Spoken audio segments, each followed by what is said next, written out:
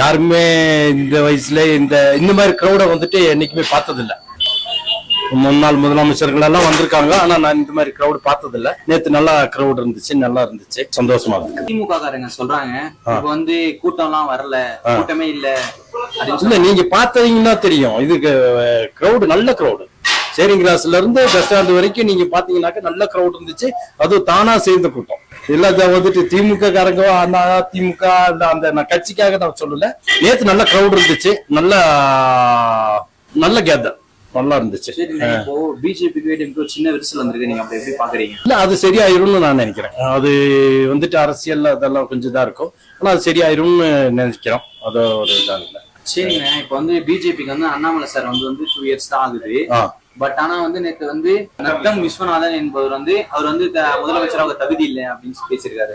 இல்ல, யார் வேணாலும் முதலமைச்சர் ஆகலாமே, அதுக்கு வந்துட்டு தகுதி கிடையாது இல்லையே.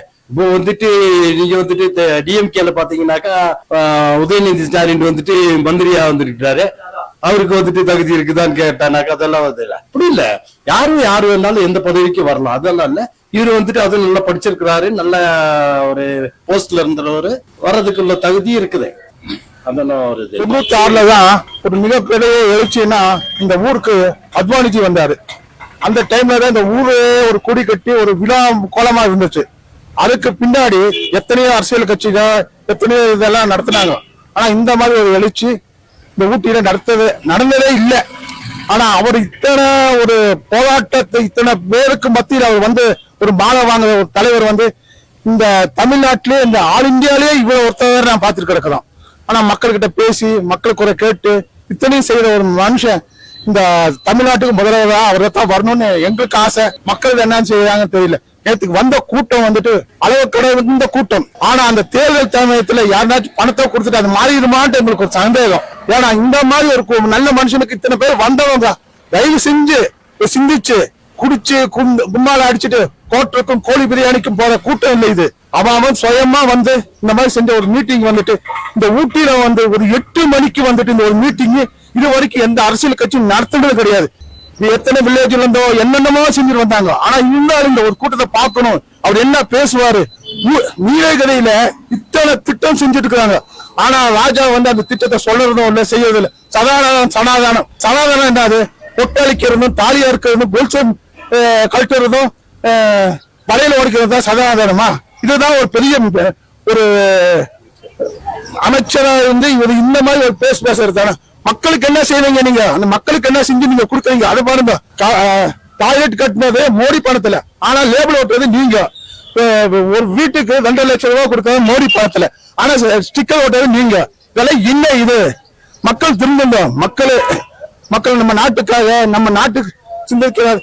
இத்தனைக்கும் நம்ம நீலகிரியில ஒரு இந்த தேயிலை வந்து உலகத்துக்கே இதாக்கணும்னு சொல்லி G20 மாநாட்டுல அவரு ஒரு 14 பொருள் கொடுப்பாங்களாமா ஒவ்வொரு நாட்டுக்கு. நம்ம நீலகிரி தேயிலை வந்து உலக அளவில் பெருசாகும்னா அதுக்கு யாரு? நம்ம பிரதமரா செய்யணும். நீ நீலகிரி பாராளுமன்ற தொகுதி MP தானே செய்யணும். அதை வந்து நம்ம பிரதமர் செஞ்சுட்டு இருக்காது. அப்ப நீங்க சிந்திங்க, நீலகிரி மக்களை சிந்திச்சு இது செயல்பட்டு நம்ம அண்ணாமலை அடுத்த முறையா இருக்கிறது அண்ணாமலை தான் நினைச்சு நீங்க வாக்களிங்கன்னு சொல்லுவேன். இப்ப வந்து நேற்று வந்து ஒரு வீட்டுல வந்து அண்ணாமலை சார் வந்து பிஜேபி வந்து 2 வருஷம் தான் ஆகுதான். சரி. ஆனா வந்து ஏடிஎம்கே சேர்ந்த வந்து நத்தம் விஸ்வநாதன் என்பவர் வந்து அண்ணாமலை வந்து 2 வருஷம் தான் முதல்வர் ஆக தகுதி இல்லைன்னு சொல்றாங்க. அதை நீங்க எப்படி பாக்குறீங்க? இப்போ பல விஷயம் இருக்குங்க. ஏன் தனிப்பட்ட கருத்து தான் எனக்கு முதலமைச்சர் ஆகணும்.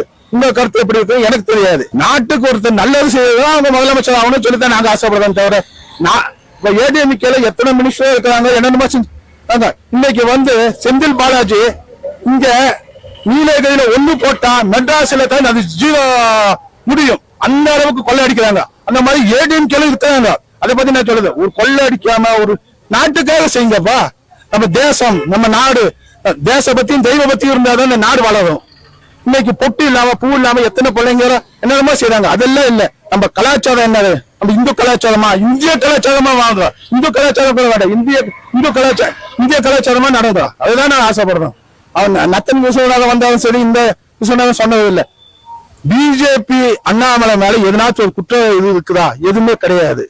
பிஜேபி தனிச்சா நின்னாலும் சரி, அலைன்ஸ் கூட்டணியா சேர்ந்தாலும் சரி, பிஜேபிக்கு தான் நாங்க ஓட்டு. பிரதமர் நரேந்திர மோடி தான். அதுக்கு எந்த வித மாற்றமும் கிடையாது. ரீசன் சொல்லுங்க எதுக்கு எதுக்குண்டா என்னென்ன திட்டங்க 1008 திட்டம் செஞ்சிருக்காங்க. எந்த திட்டத்தை நான் சொல்றது ஒண்ணும் இல்ல. ஒரு மனுஷன் ஒரு மெயினான ஒரு இது லேடிஸுங்களுக்கு டாய்லெட் முக்கியம். இந்த டாய்லெட்டுக்காக மோடிஜி எத்தனை பணம் செலவு பண்ணிட்டு இருக்காரு. ஒரு வீட்டுக்கு 6000 ரூபாய்க்கு டாய்லெட். இதுக்கு மேல என்னதான் நம்ம திட்டம் சொல்லணும். மனுஷனுக்கு சாப்பிட்டா அதுதான் போகணும். அதுக்கு மகளிர் எங்க போவாங்க?